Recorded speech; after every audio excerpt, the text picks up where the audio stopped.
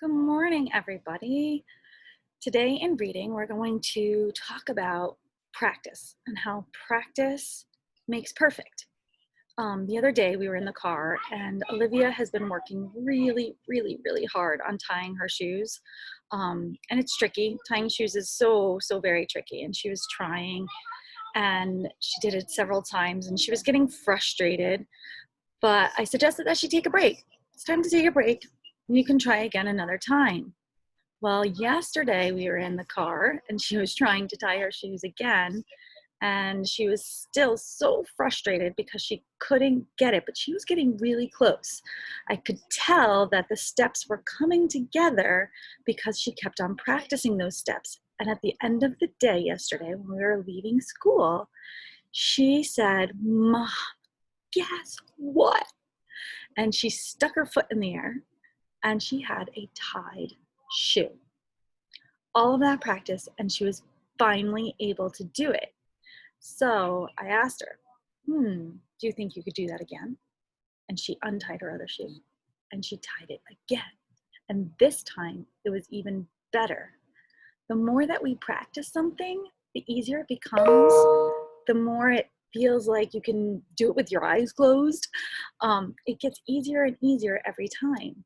So while you're reading, we're going to practice strategies that help it to get easier every time, help us to understand our books more and more, so that we can do it without even thinking about it. It just, all of that stuff just happens. Reading the words, putting the sentences together, understanding the characters, all that will just come together.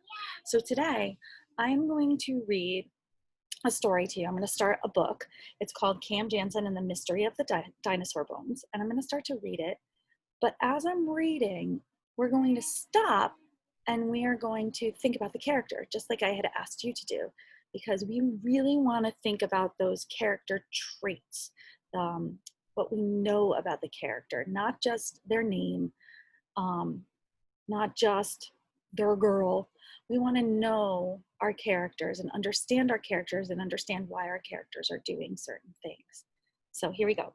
Cam Jansen and the Mystery of the Dinosaur Bones.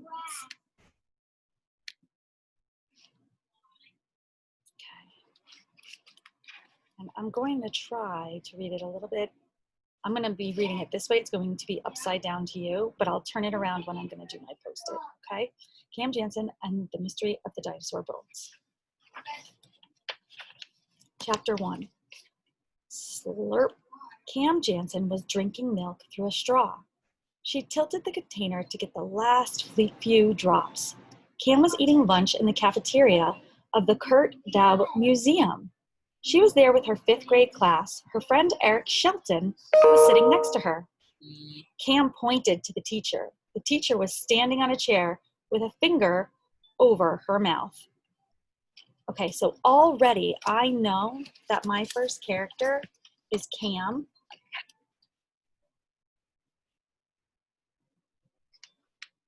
And she is in 5th grade, just like you. I'm going to put my C at the bottom here so that I know that this is a character post-it. Okay. Look, Cam said to Eric, Miss Benson is waiting for us to be quiet. Our tour will begin in 20 minutes, Miss Benson said. But first, I must ask those of you who brought cameras along to keep your cameras in their cases. The taking of photographs in the museum is not allowed. Miss Benson got down from the chair. See, Cam said to Eric, I told you not to bring your camera. Last time I was here, someone was told to leave the museum because he was taking pictures. Well, Eric said, maybe I can't take pictures, but you can. Take a picture of me now with your mental camera. Cam's mental camera is her memory. She can take one look at a page in a book, close her eyes, and remember every word on the page. It's easy for me, Cam often explained. I have a photograph of the page stored in my brain. When I want to remember what I saw, I just look at the photograph. When people found out about Cam's amazing photographic memory, they stopped using her real name, Jennifer. They started calling her the camera. Soon, the camera was shortened to Cam. Oh, guess what? I feel like we need to add something to our character post-it. Cam is in 5th grade, and we just learned that she has a photographic memory. So I'm going to write that, photographic memory.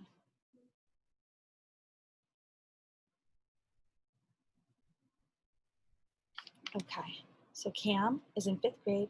She has a photographic memory, and that means that when she sees something, she can just remember it. Cam looked straight at Eric and said, click. She always said click when she wanted to remember something. Cam says that click is the sound her mental camera makes when it takes a picture. Close your eyes, Eric said. Now, what do you remember? Cam thought for a moment. Then she said, there's a drop of mustard on your collar. You should wipe it off.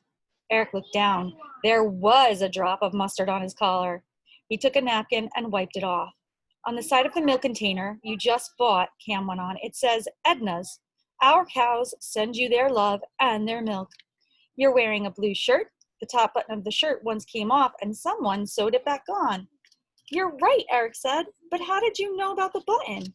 Cam opened her eyes. It's the thread, she said. I remembered that the top button was sewn with white thread. The other buttons have light blue thread. Miss Benson was standing on a chair again. She said to the class, clean your tables and then get into a double line. Cam and Eric quickly threw away the empty milk containers and the wrappings from their lunches. Then they got in line. Miss Benson led the class up the stairs to the museum lobby. They were met there by a young woman in a purple dress. I'm Janet Tyler, the woman in the purple dress said. I will be your guide. Please stay together and follow me. The guide led the class to their air travel room. She pointed out the models of the earliest flying machines. There was a full-size model of the 1903 Wright Brothers airplane. Miss Tyler took the class to a weather station room with a solar energy exhibit. Then she led the class into a large room with a very high ceiling. This next exhibit is my favorite, the guide told the class. Mine too, Cam whispered to Eric. Ooh, so I have another fact that I can write down about Cam. Her favorite exhibit is the weather station room with the solar energy exhibit. So she must like weather. Let me turn this around. So she must like weather. So I'm going to write weather on my post-it just to remind me.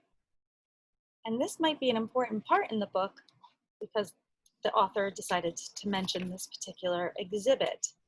Okay, here's the picture, just in case you couldn't tell upside down. Okay, now we did meet a couple of other characters in this book so far. I'm going to stop here in chapter 2 and leave my post-it right there. You can also take your post-it out and stick it in your reader's notebook. I like to just stick them right on the page, and then I have a bunch of them stuck on the page like this. Does that make sense? To put them on the page, and then you can probably fit around 6 post-its on each page. While you're reading today, I want you to remember to take the time to stop, think about your character, and think about what you learned about your character. You can have more than one post-it on one character because there's important information to learn about each one of your characters. Now, there was another character in this book that I didn't write down. That was Cam's friend, Eric. But I don't feel like we learned a whole lot about him yet, other than he is Cam's friend. So maybe as the story gets going, we might find out more information about him. Okay? So when you go off to read today, make sure you're working towards your goal and make sure that you're filling out those character traits on your character post-its. Okay? I'll see you soon.